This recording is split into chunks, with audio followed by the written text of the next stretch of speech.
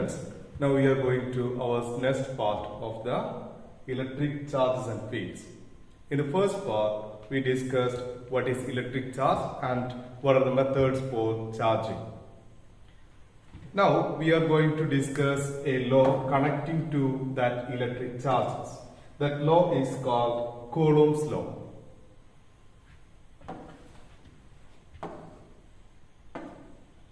Before going to that, we need to know two types of forces, that are contact force and the non-contact forces. We know the examples for contact forces, that are frictional force, normal reaction, tensile force, etc.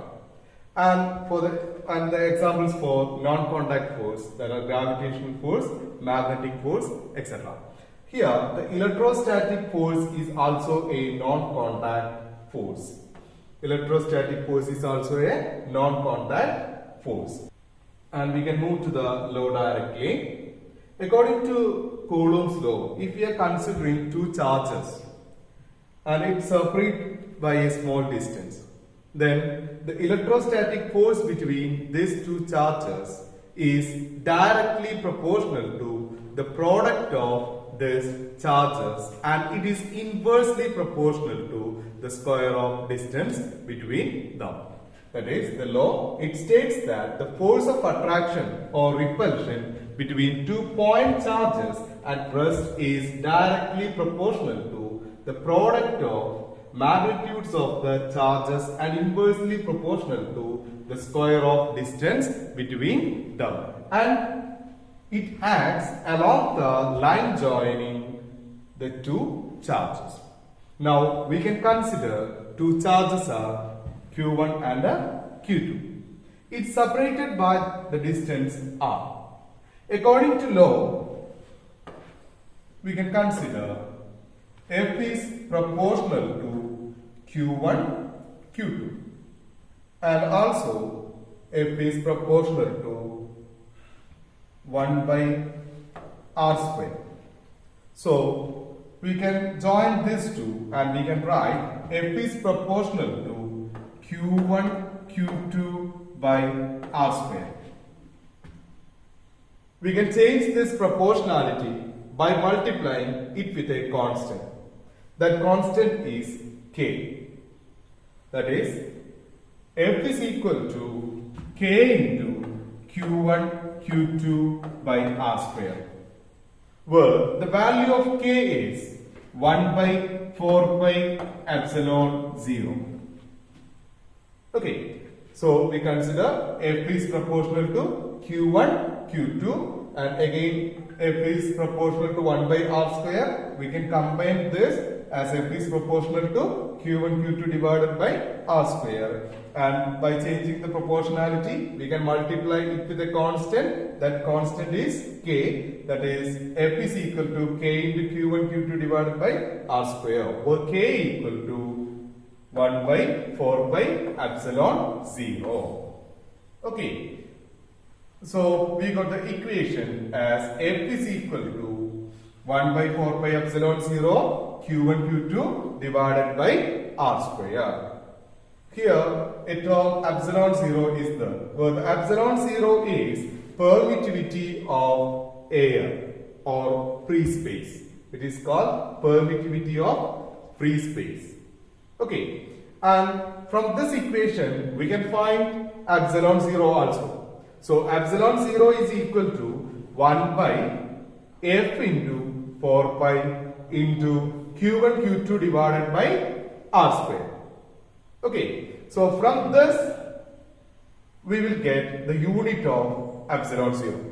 That is, here two charges is there and force F is there, then a distance is there.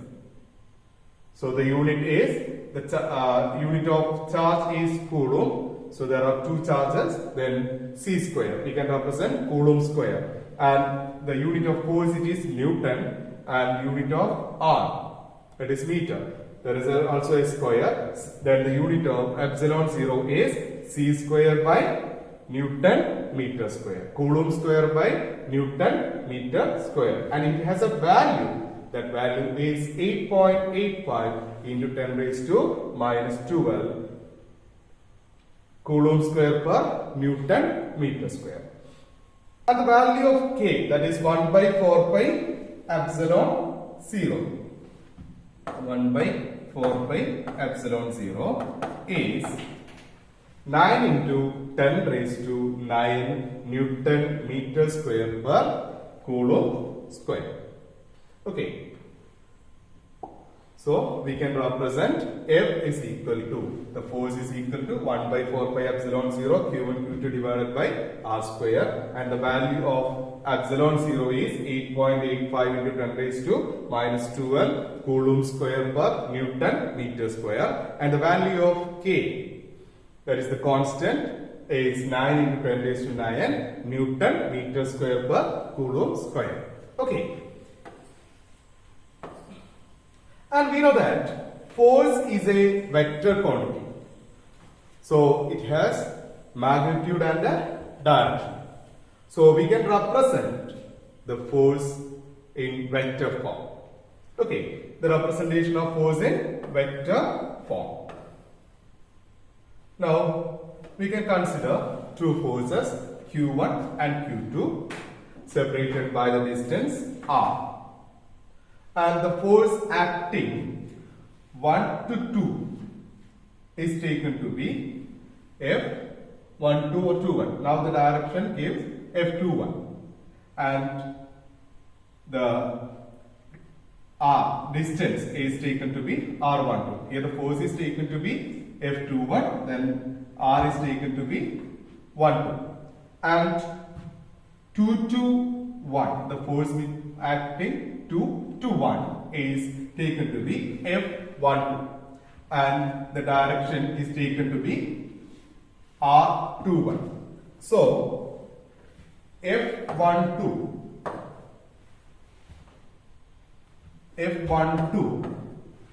may be equal to 1 by 4 pi epsilon 0 Q1 Q2 divided by R21.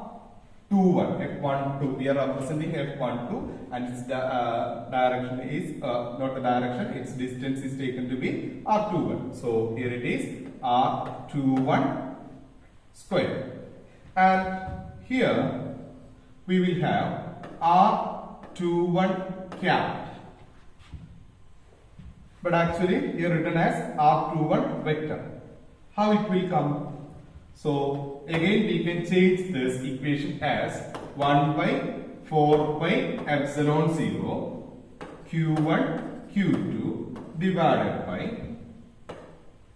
R21 square R21 vector by R21. That is, we know that R21 cap is equal to R21 vector divided by modulus of R21. Okay. So this equation can be written as 1 by 4 pi epsilon 0 Q1 Q2 divided by R21 Q R21 vector. So F12, vector F12 is equal to 1 by 4 pi epsilon 0 Q1 Q2 divided by R21Q into R21 vector. Okay, and like the way we can represent F21 also. So F21 is equal to 1 by 4 pi epsilon 0 Q1 Q2 or Q2 Q1 by R12Q. If we are representing as R12 vector, then it is R12Q. Okay. Again, we can represent that R12 in terms of R21, that is R12 must be equal to minus R21. So F21 is equal to 1 by 4 pi epsilon 0 q1 q2 divided by, here we represent minus 2 1 vector. So here it is R21 cap, R21 cap or R12 cap, R12 cap. We can take it to be R12 cap because R12 is equal to minus R21. And like the way F21 is equal to minus of 1 by 4 pi epsilon 0 q1 q2 divided by R12 or R2, then R21 square. So we will get F21 is equal to minus F12. We can represent F21 is equal to minus F12. Okay. So we can represent the magnitude of these two equations as F21 is equal to, F12 is equal to 1 by 4 pi epsilon 0 q1 q2 divided by r square. Okay, so that is the general equation. That is, we already represent F is equal to 1 by 4 pi epsilon 0 q1 q2 divided by r square. Okay, now these are the equation that represents the Coulomb's law in vector form. Okay. Now we can move to our next topic, that is charge distribution. Charge distribution. Before going to that, we need to know what is charge density and also what are the types of charge distribution. There are mainly two types of charge distribution, that are uniform and non-uniform. Okay, in the case of uniform, the charges are uniquely arranged, but in the case of non-uniform, some places having more charges means the number density will increase. Okay, so a charge is not accumulated in some parts, but it is spread uniformly. And more charge is accumulated at the curves and sharp points. That's why in a non-uniform distribution, some places the charge densities are high. Okay, then what is density? We already know density is mass by volume. That is the usual equation for density. So at the same way, in the case of a charge, the charge density is charge by volume. Okay, charge density is charge by volume. And mainly, these charge densities are classified into three. That are linear charge density, surface charge density, and volume charge density.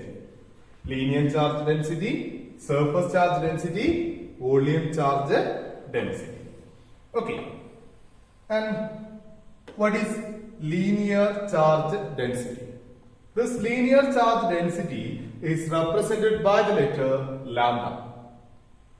This letter is called the lambda. Okay, so the linear charge density is actually charge per unit length. It may be defined as charge per unit length. That is, lambda is equal to Q by L. Okay, and lambda may be represented as charge on small element to length of the element. In the case of a small length element or the small charge element, the lambda can be represented as dq by dl, that is charge on small element by length of the element, that is dq by dl. And if we consider a circular ring, in the case of a circular ring, the circumference is 2 pi r. Circumference of that circular ring is 2 pi r, because if the radius is r, so lambda may be lambda equal to Q by 2 pi r, and the unit of linear charge density is coulomb per meter and its dimensions is L raised to minus 1, M raised to 0, T raised to 1, I raised to 1. I raised to 1 or we can represent A raised to 1. That is the dimension for current. A raised to 1 or I raised to 1 we can represent. Here we represent it as I raised to 1. So the dimensions are L raised to minus 1, M raised to 0, T raised to 1 and L raised to 1. Okay. So these are the cases about linear charge density. So linear charge density is charge per unit length. That is lambda is equal to Q by L, or the equation is dQ by dt. Okay. Now we can move to our next topic, that is surface charge density. In the case of surface charge density, surface means two lengths are there. Then we can consider it as area. So for the surface charge density, the definition is charge per unit area. For surface charge density, the definition is charge per unit area, and it is represented as sigma. It is represented as sigma. So sigma is equal to Q by A. If surface has only area, then it is sigma is equal to Q by A. And if we consider the case of a disk, the area of this particular disk is pi r square. Area for a disk is pi r square. So we can represent the charge density as sigma is equal to Q by pi r square. So sigma is equal to charge on a small element per area of element. We can define sigma in terms of small element also, that is sigma is equal to charge on small element to the area of the element. So sigma is equal to dQ by dA, and its unit is, the unit of charge is coulomb and the unit of area is meter square. So its unit is coulomb per meter square, and the dimensions is L raised to minus 2, M raised to 0, I raised to 1, T raised to 1. Okay. So we can define the surface charge density as charge per unit area. The equation for it is sigma is equal to Q by A, or sigma is equal to dQ by dA. And the third case, volume charge density. Volume charge density. For a volume charge density, we can define it as charge per unit volume, and it is represented as the letter rho. Volume charge density is represented as rho. So rho is equal to charge per unit volume. So it is rho equal to Q by V. If a sphere has a volume, if we consider a sphere having a volume, then it is rho is equal to Q by V. In the case of a sphere, its volume is 4 by 3 pi r cube. So this equation may be represented as rho is equal to Q by 4 by 3 pi r cube. In the case of a small element, rho is equal to charge on a small element per volume of the element. So it may be represented as rho equal to dQ by dV, and its unit is coulomb per meter cube. So the dimensions are L raised to minus 3, M raised to 0, L raised to 1 and T raised to 1. Okay, so charge density, volume charge density rho is charge per unit volume. So rho is equal to Q by V, and for the small element it is rho is equal to dQ by dV. Okay. Once again, we can compare this all, that is linear charge density, surface charge density and volume charge density. Examples for linear charge density is rod, that of surface charge density disk, and volume charge density sphere. And the relations are, we represent the linear charge density as lambda, so lambda is equal to Q by L, and the surface charge density sigma, that is sigma is equal to Q by A, and the volume charge density rho, that is Q by V. And its units are coulomb per meter for linear charge density, coulomb per meter square for surface charge density, coulomb per meter cube for volume charge density. And its dimensions are L raised to minus 1, M raised to 0, T raised to 1, and I raised to 1 for linear charge density. And it is L raised to minus 2, M raised to 0, T raised to 1, I raised to 1 for surface charge density. L raised to minus 3, M raised to 0, T raised to 1, and I raised to 1 for volume charge density. And the formulas for linear charge density, lambda is equal to Q by L, and for the surface charge density for the disk, it is sigma is equal to Q by pi r square or Q by A. And volume charge density for the sphere, it is Q by V or Q by 4 by 3 pi r cube. And in the case of a small element, or we can consider these are the general formula for the charge densities. That general formulas are: for the linear charge, it is lambda is equal to dq by dl, and surface charge density, that is sigma, is equal to dq by dA, and the volume charge density rho is equal to dq by dA. Okay, so these are the topic for charge density. Now we can move to our next topic, that is forces between multiple charges. We already learned the force between two charges, that is given by Coulomb's law. But in the case of a multiple charges, it is not enough that Coulomb's law.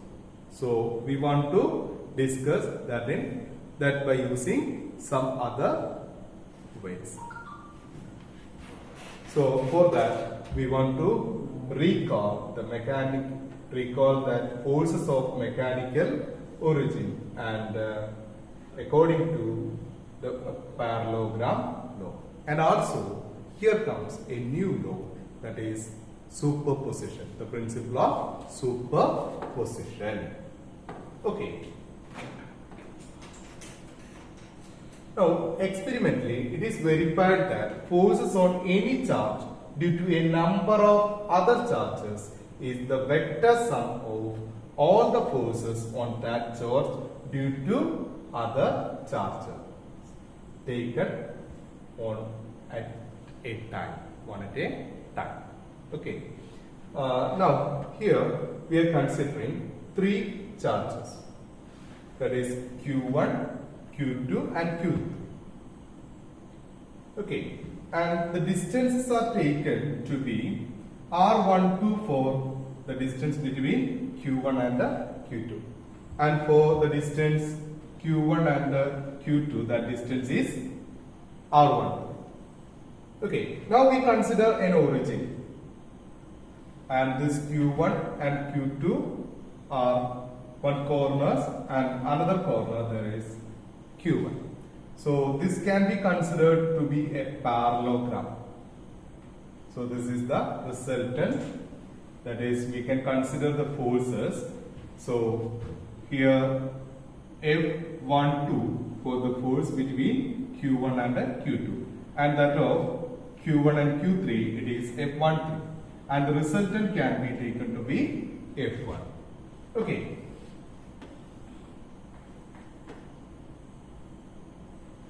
So for this, for F1 and for 1 and 2, the force is given by Coulomb's law. That force is F12 is equal to 1 by 4 pi epsilon 0 Q1 Q2 divided by R12 square R12 capital.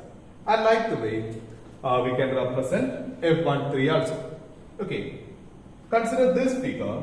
There are many charges, that is Q1, Q2, Q3, etc. According to that, if we are considering for Q1, there will be many forces. That is, it is F12, F13, F14, like F1n. Okay. Now, for the three charge system, F13 is equal to 1 by 4 pi epsilon 0 q1 q2 divided by r13 square r cap itself. So the total force can be represented as F1. That is by the parallelogram law.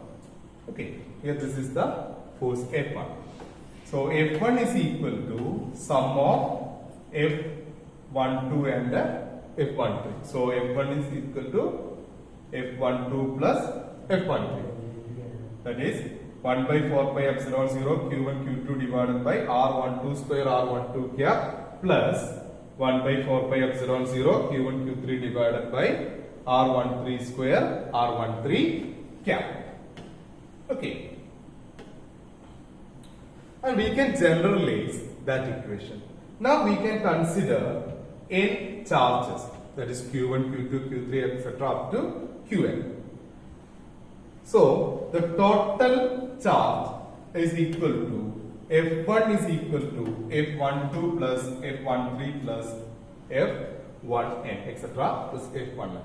That is by the principle of superposition. Then we know that the equation for F12, F13, etc. up to F1n.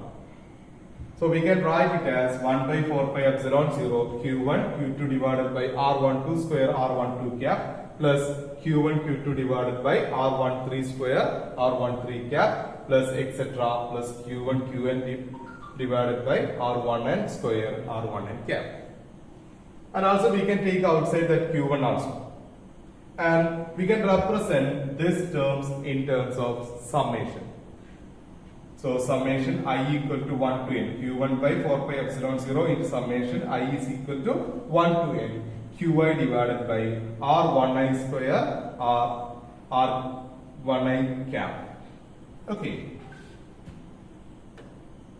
So that is the equation for multiple charges, forces for multiple charges.